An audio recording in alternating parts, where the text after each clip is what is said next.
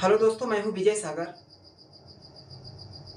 मैं आज आपके बीच एक ऐसी कहानी लेके आया हूं जो बहुत ही दर्दनाक और बहुत ही प्यार भरी रोमांचक कहानी है। दोस्तों,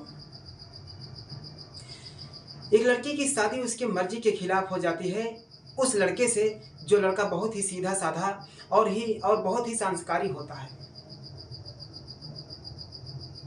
लड़के को दहेज में काफ़ी पैसे और गहने जेवर भी मिले थे और लड़की को उसके ससुराल से, उसके मायके से एक स्कूटी भी मिली थी साथ में।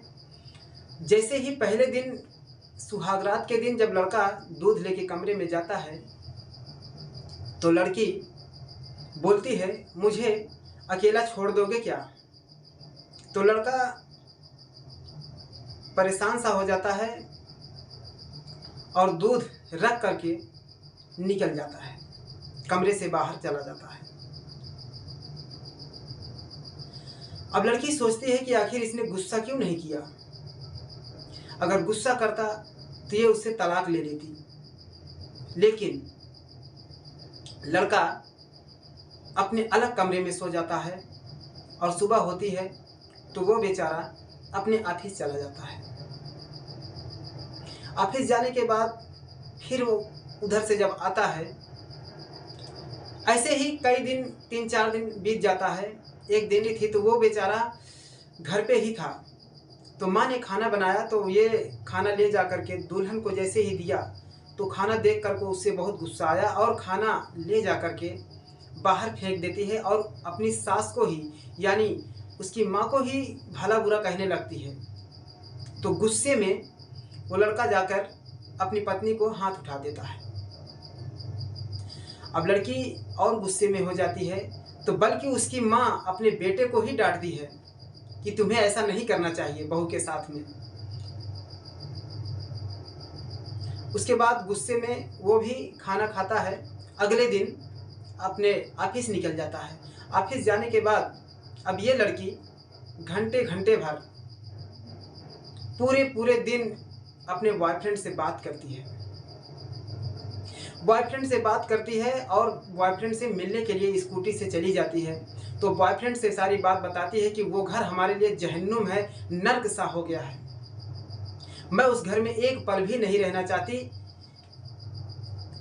तो लड़का बोलता है कि उसका बॉयफ्रेंड कहता है कि मैं तुमसे पहले भी कह रहा था कि तुम हमारे साथ कहीं दूर निकल चलो, भाग चले हम, तो तुम हमारी बात मानी नहीं और आजकल करके जो है टालती चली गई।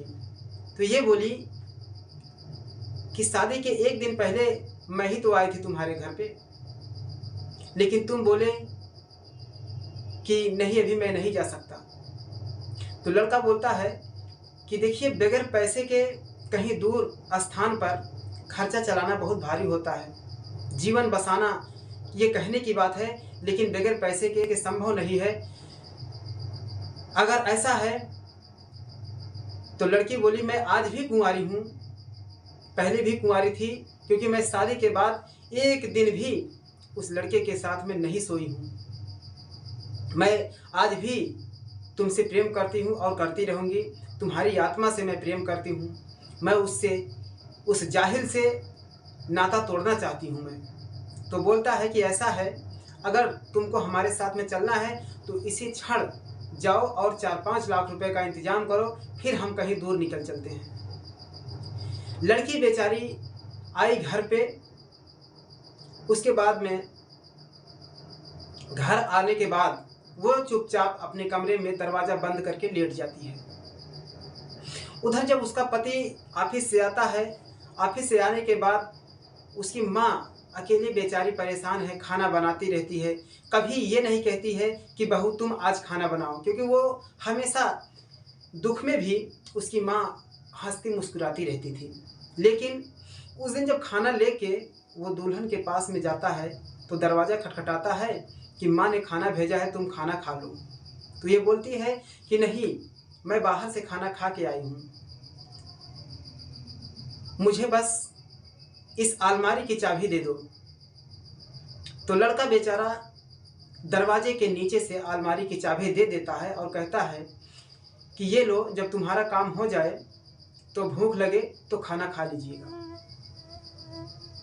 अब लड़की अलमारी जैसे ही खोलती है तो उसमें 3 लाख रुपए जो उसके पिता का दिया हुआ पैसा रहता है वो सुरक्षित लड़का रखा रहता है। वो पैसे और गहने ले लेती है और साथ में देखती है एक पन्ने में लिखा होता है, कागज में खत लिखा होता है कि प्रिय पत्नी, मैं तुमसे बहुत प्यार करता हूँ, लेकिन मैं ये जानता हूँ कि तुम मुझसे प्रेम नहीं करती हो, क्योंकि तुम्हारा कोई एक बॉयफ्रेंड है। ये तुम्हारे पिताजी ने मुझसे बताया था और मुझे और तुम्हारे पिता को भी ये पता है, क्योंकि उनको पता था कि जो तुम्हारा बॉयफ्रेंड है वो अच्छा लड़का नहीं है। उसकी शादी पहले भी हुई थी और कई लड़कियों की ज़िंदगी बर्बाद कर चुका है, धोखेबाज आदमी है। इसीलिए उन्होंने आपका हाथ हमारे हाथ में दिया है। अब फैसला आपके हाथ में है। अगर आपको हमारे साथ में जीवन बिताना है तो ठीक है, अन्यथा मैं इस कोरे कागज़ पे तलाकनामा बना करके लाया हूँ और इसमें मेरा किया हुआ साइन पहले से ही है। अगर आपको समझ में आता है कि मैं आपके साथ में नहीं रहना चाहती तो आप इस पर साइन करके अपने सारे गहने और पैसे लेकर निकल जाइएगा। इतना देखकर लड़की जो है हैरान हो जाती है और परेशान हो जाती है। वो उसके समझ में कुछ आता नहीं कि अब क्या करूं, लेकिन उसी समय उसके बॉयफ्रेंड का जो फ़ोन आता है वो बोलता है कि ऐसा है, तुम अभी तक आई नहीं। तो बोलती है कि अभी मैं आ ही रही हूँ, बस थोड़ी देर और लगेगा, मैं टाइम से पहुँच जाऊँगी। लेकिन लड़की उस वक्त उसे समझ में कुछ नहीं आ रहा था, तो वो मोबाइल का सिम कार्ड तोड़ करके फेंक देती है और वहीं पर सो जाती है। सुबह उठती है तो उसका पति बगैर खाए पिए ऑफिस निकल जाता है। माँ बेचारी चूल्हा फूंक रहे होते, धुएं से परेशान है और ये माँ को जबरन जो है उसे आराम करने के लिए एक कमरे में भेज देती है। लेकिन खाना आज खुद स्वयं बनाती है और माँ को खिलाती है। खिलाने के बाद में अपने पति को ऑफिस ले जाकर के खाना पहुँच जाती है।